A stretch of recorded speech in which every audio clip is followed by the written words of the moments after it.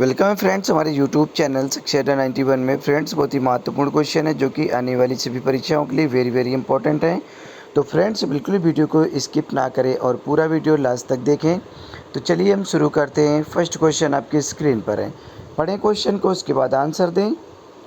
The nausea and vomiting which generally start around 4 to 6 weeks of pregnancy is called. बताएं क्या होगा इसका right answer, guess करें। मतली और उल्टी जो आमतौर पर गर्भावस्था के 4 से 6 सप्ताह के आसपास शुरू होती है, उसे क्या कहा जाता है।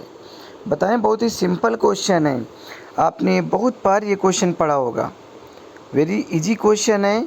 तो देखिए कहा जा रहा है 4 से 6 सप्ताह के बाद, ठीक है, गर्भावस्था के 4 से 6 सप्ताह के आसपास शुरू होती है। ठीक है, यहाँ पे मतली और उल्टी कहा गया है जो आम तौर पर, ठीक है, गर्भावस्था के 4 से 6 सप्ताह पर शुरू होती है।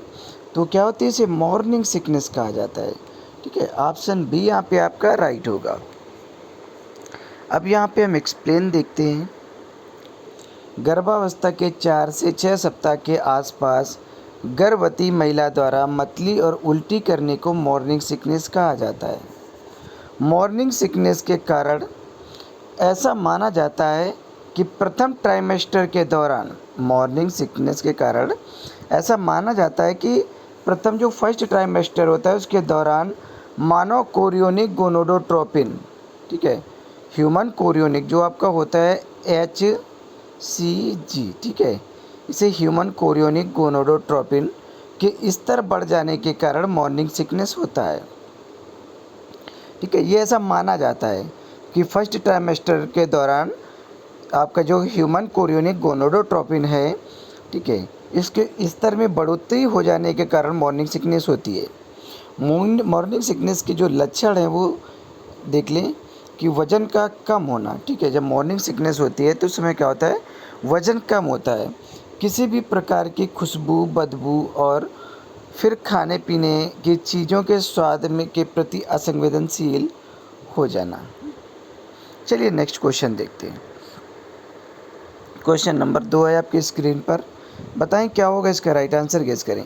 देखिए ये भी क्वेश्चन बहुत ही सिंपल है, आप क्वेश्चन पढ़ चुके होंगे, कई बार ये क्वेश्चन आप पढ़ चुके होंगे क्योंकि सभी प्रीवियस ईयर में ये आए हुए क्वेश्चन हैं, सभी पूछे गए क्वेश्चन हैं, कोई भी ऐसा क्वेश्चन नहीं है जो पूछा ना गया हो। तो बताएं यहाँ पे क्या होगा इसका right answer. A woman who has delivered, a woman who has delivered once a fetus who reached the stage of viability is called. A woman who has delivered once a fetus who reached the stage of viability is called. एक महिला जिसने एक बार एक भ्रूण को जन्म दिया जो जीवन क्षमता के चरण तक पहुंच गई है, उसे क्या कहा जाएगा। तो देखिए यहाँ पे ऑप्शन डी आपका राइट होगा, प्रीमीपारा कहा जाएगा। ठीक है, ऑप्शन डी राइट है। अब यहाँ पे हम एक्सप्लेन देख लेते हैं कि प्रीमीपारा, ग्रेविडा और पेरिटी और नल्लीपारा क्या है, जैसे कि आप ऑप्शन पे देख रहे थे अभी। ठीक है, तो जो प्रीमीपारा है, प्रीमीपारा को पहले हम समझ लेते हैं कि वह महिला जो पहली बार बच्चे को जन्म दिया हो, उस महिला ने जिसने पहली बार बच्चे को जन्म दिया हो उसे प्रीमीपारा कहा जाता है। प्रीमीपारा उस महिला को कहा जाता है जिसने पहली बार बच्चे को जन्म दिया हो। ठीक है, ये तो समझ में आ गया। अब ग्रेविडा को समझ लें कि महिला के प्रेग्नेंट होने की संख्या, जो ग्रेविडा है इसका अच्छे से समझ लें कि महिला के प्रेग्नेंट होने की जो संख्या, नंबर ऑफ प्रेगनेंसी को ग्रेविडा कहा जाता है। ठीक है, नंबर ऑफ प्रेगनेंसी को क्या होता है, ग्रेविडा कहा जाता है। और पेरिटी देख लें कि महिला द्वारा जन्म दिए गए बच्चों की संख्या, महिला द्वारा जन्म दिए गए बच्चों की संख्या को पेरिटी कहा जाता है। महिला द्वारा जन्म दिए गए बच्चों की जो संख्या होती है उनको पेरिटी कहा जाता है। और नंबर ऑफ प्रेगनेंसी, महिला के प्रेग्नेंट होने की जो संख्या होती है उसको क्या कहा जाता है, उसे ग्रेविडा कहा जाता है। और नल्लीपारा उसे कहा जाता है जिस महिला ने कभी बच्चे ही ना दिए हों। ठीक है, वह महिला जो कभी भी बच्चे को जन्म ना दे सके, ठीक है, या ना दिया हो, उसे क्या कहा, नल्लीपारा कहा जाएगा। चलिए नेक्स्ट क्वेश्चन देखते हैं। क्वेश्चन नंबर 3 है आपके स्क्रीन पर। बताएं यहाँ पे क्या होगा इसका राइट आंसर। क्वेश्चन को पढ़ें। देखिए जीके से रिलेटेड क्वेश्चन है, पढ़ें इसे। Arjun award is given for, Arjun पुरस्कार निम्न के क्षेत्र में दिया जाता है, ठीक है। कब दिया जाता है, जो अर्जुन पुरस्कार है वो कब दिया जाता है, बताएं यहाँ पे क्या होगा इसका राइट आंसर, गेस करें। देखिए बहुत ही सिंपल क्वेश्चन है, गेस करें। तो देखिए ये जो स्पोर्ट्स से रिलेटेड है, ठीक है, अर्जुन पुरस्कार जो है वो स्पोर्ट्स से रिलेटेड दिया जाता है। तो आउटस्टैंडिंग परफॉर्मेंस इन स्पोर्ट, ठीक है, खेल में उत्कृष्ट प्रदर्शन के लिए दिया जाता है आपका ये अर्जुन पुरस्कार, ठीक है। अब यहाँ पे हम इसे एक्सप्लेन देख लेते हैं कि अर्जुन पुरस्कार खेल में उत्कृष्ट प्रदर्शन दिखाने के लिए दिया जाता है। जो इसकी शुरुआत है वो 1961 में हुई थी।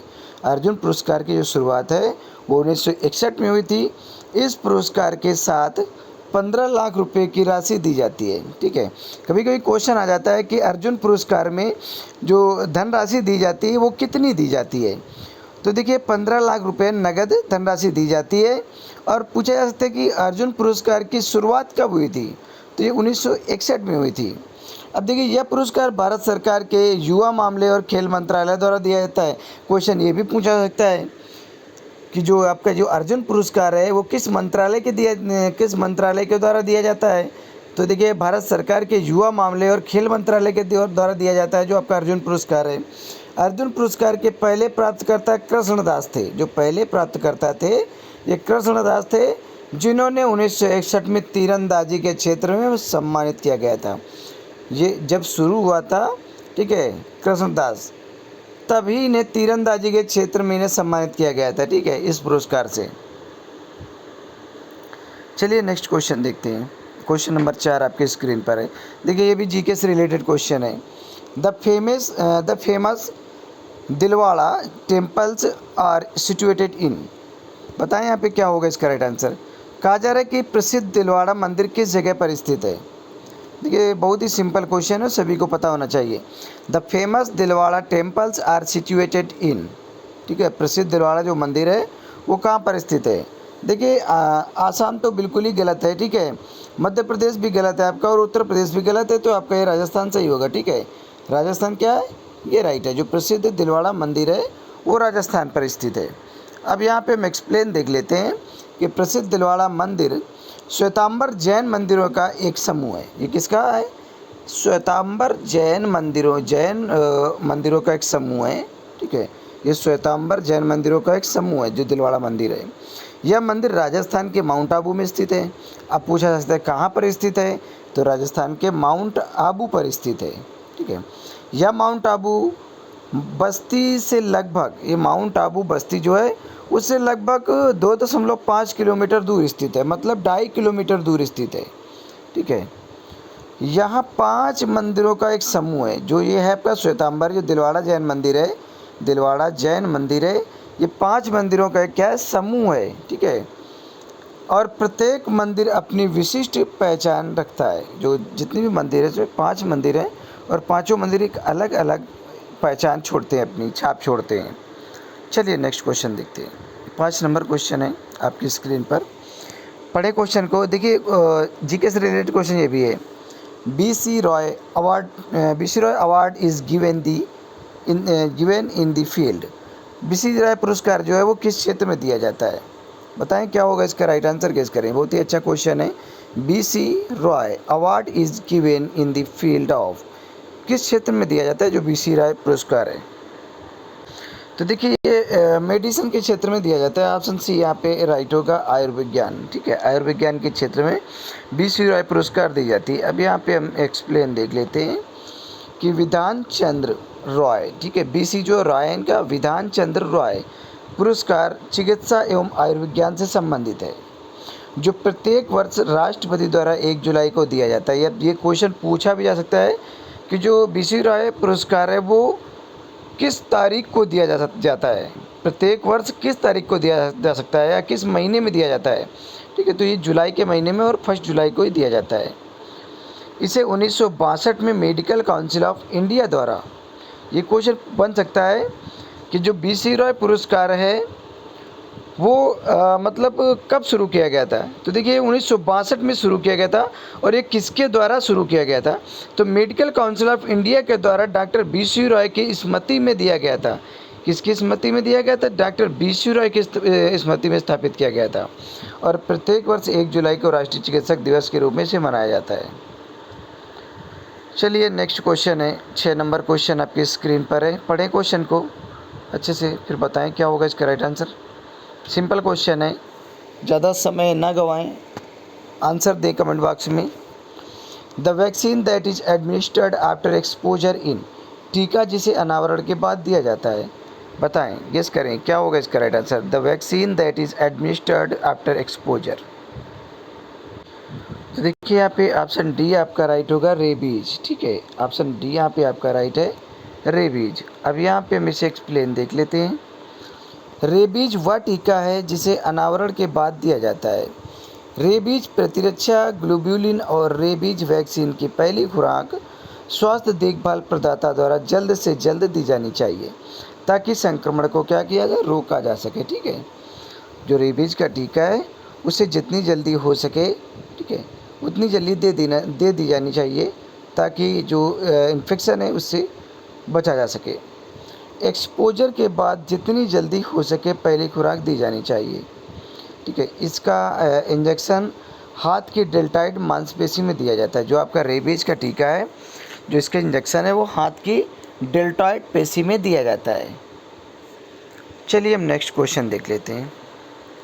क्वेश्चन नंबर 7 है आपकी स्क्रीन पर। बताएं यहाँ पे क्या होगा इसका राइट आंसर, गेस करें। क्वेश्चन को पढ़ें उसके बाद आंसर दें।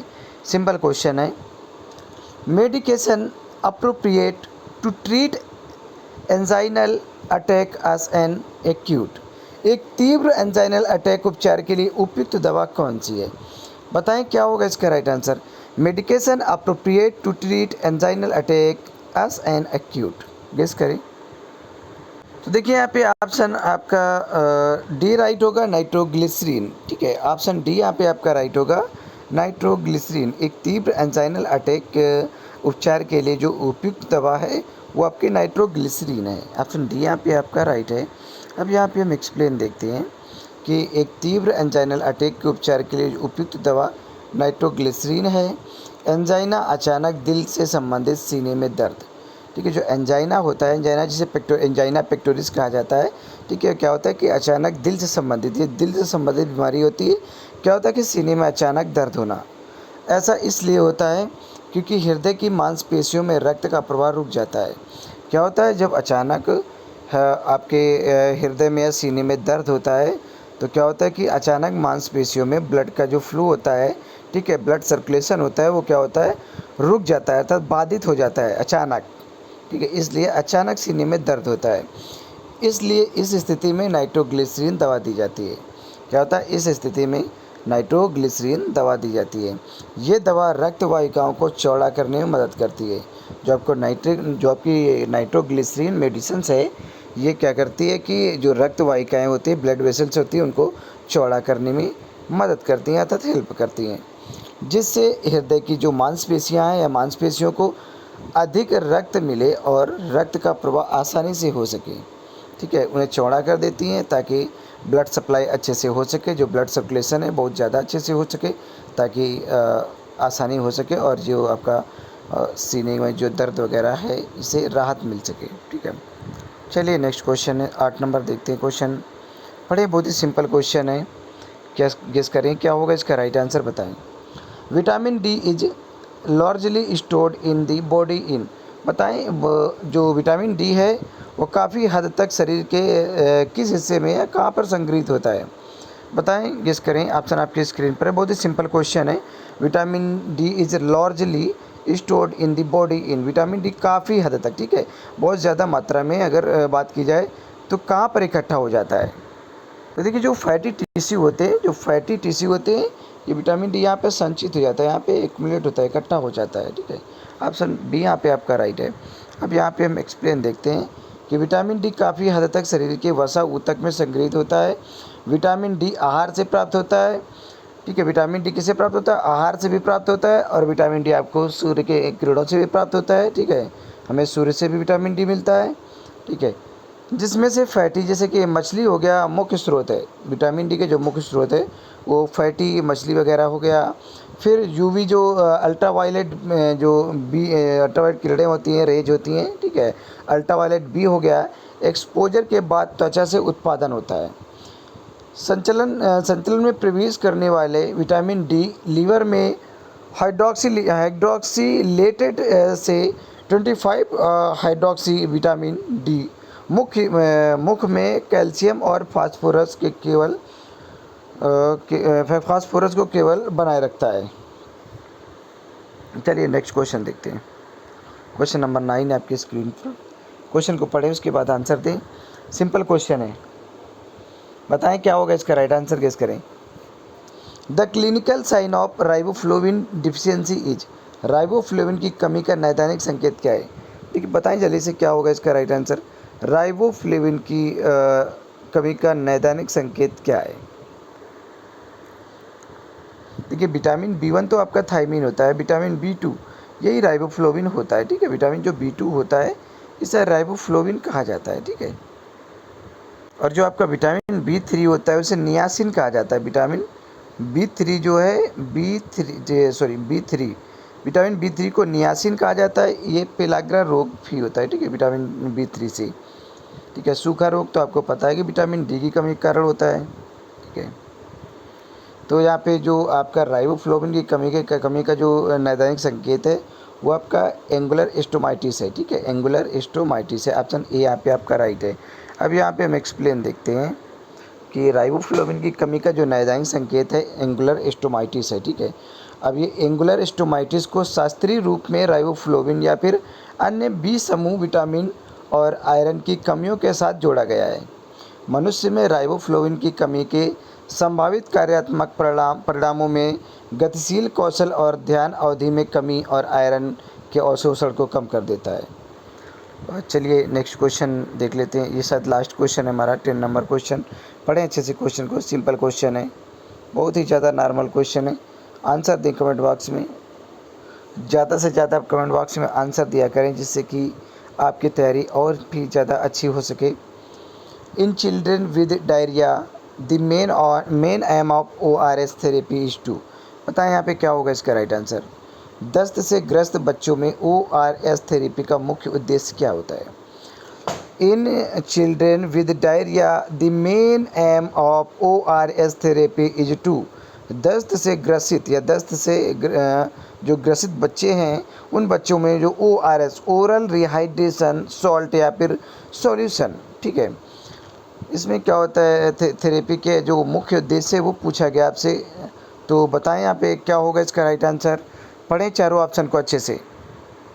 तो देखिए जो इसका मुख्य उद्देश्य है, ठीक है, ORS का आपका, वो देखिए प्रिवेंट डिहाइड्रेशन, पहला नंबर तो आपका निर्जलीकरण को रोकना इसका मुख्य उद्देश्य है, ठीक है। रिड्यूस मोर्टेलिटी रेट, मृत्यु दर को भी कम करना, ठीक है। इसका जो ORS का जो मुख्य उद्देश्य है वो मृत्यु दर को भी कम करता है। To correct water and electrolyte deficit, पानी और इलेक्ट्रोलाइट की कमी को ठीक करता है। एंड ऑप्शन डी आपका राइट होगा, ऑल ऑफ द एबव, ठीक है। तो ऑप्शन डी आपका यहाँ पे सही है, ठीक है। ये सभी जो जितने भी उद्देश्य है इसके मुख्य उद्देश्य, ठीक है, सभी राइट है। ऑप्शन डी यहाँ पे आपका राइट होगा। अब यहाँ पे हम एक्सप्लेन देख लेते हैं कि दस्त से ग्रसित बच्चे होते हैं, जिन बच्चों को डायरिया हो जाता है उन बच्चों में ORS थेरेपी का जो मुख्य उद्देश्य ये सभी हैं, ठीक है। उसको निर्जलीकरण को रोकना, डिहाइड्रेशन को रोकना, ठीक है, मृत्यु दर को कम करना, जो मोर्टेलिटी रेट है उसको कम करना, पानी और इलेक्ट्रोलाइट की कमी को ठीक करना, कमजोरी को कम करना, ठीक है। ये सारी समस्याएं दूर हो जाती किसे, ORS से, ओरल रिहाइड्रेशन सॉल्ट से या फिर सॉल्यूशन, ठीक है। इससे कई सारी समस्याएं दूर हो जाती है जब बच्चों को दस्त वगैरह हो जाता है, ठीक है। तो जो सॉल्यूशन है बहुत ही अच्छी थेरेपी है ये आपकी ORS।